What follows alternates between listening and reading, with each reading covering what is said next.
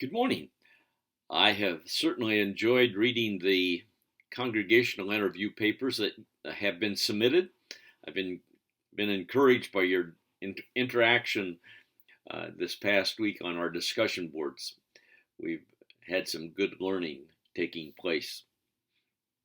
As we come to this final week of our class, I hope that it is not your final week about thinking about the cultural dynamics of congregational ministry. That is an ongoing process because each time a new person becomes part of your congregation, your your culture is impacted, and we cannot deny that. As we adapt to our culture or react to it, we impact the culture of our church.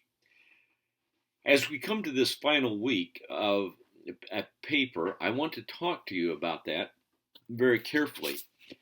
The opening paragraph tends to accent these last 3 weeks, but the 7 questions accent the whole course.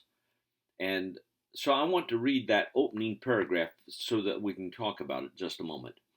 Assignment number 8, cultural analysis of your congregation. Synthesize your demographic study from week 5, the answers you obtain from the interviews from weeks 6 and 7, and your own personal observations into a 10 to 12 page paper plus a works cited page, which analyzes the culture of your specific congregation.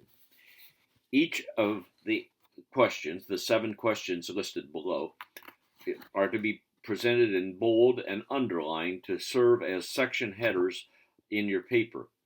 Provide answers to each question individually. Then cite minimally 2 resources in your paper. That can be textbooks, articles, videos, discussion boards. The paper should include the following elements based upon the weekly readings, the videos, and the discussion assignments. So it's a comprehensive paper that you pull all of these various things together. In question number 4, it is misworded. It says, please describe your church in terms of its age, is what it should say. It says location, size, worship style, and its location. Whoops. Age, size, worship style, and location. How does it compare to the community in which it is located in terms of demographics? So those are the things that you're to weave into this 10 to 12 page paper that I really look forward to. The discussion board also is not worded quite correctly. In the revised assignments, you can see what are 2 or 3 observations or information bits that surprised you as you analyzed the culture of your church. Well, we're off to a very exciting week as you pull the things out of your head and try to put it into your computer and then send it to me. But I think it'll be a rewarding week. I want to give you a prayer of blessing as we begin this week. It is from Colossians chapter 1.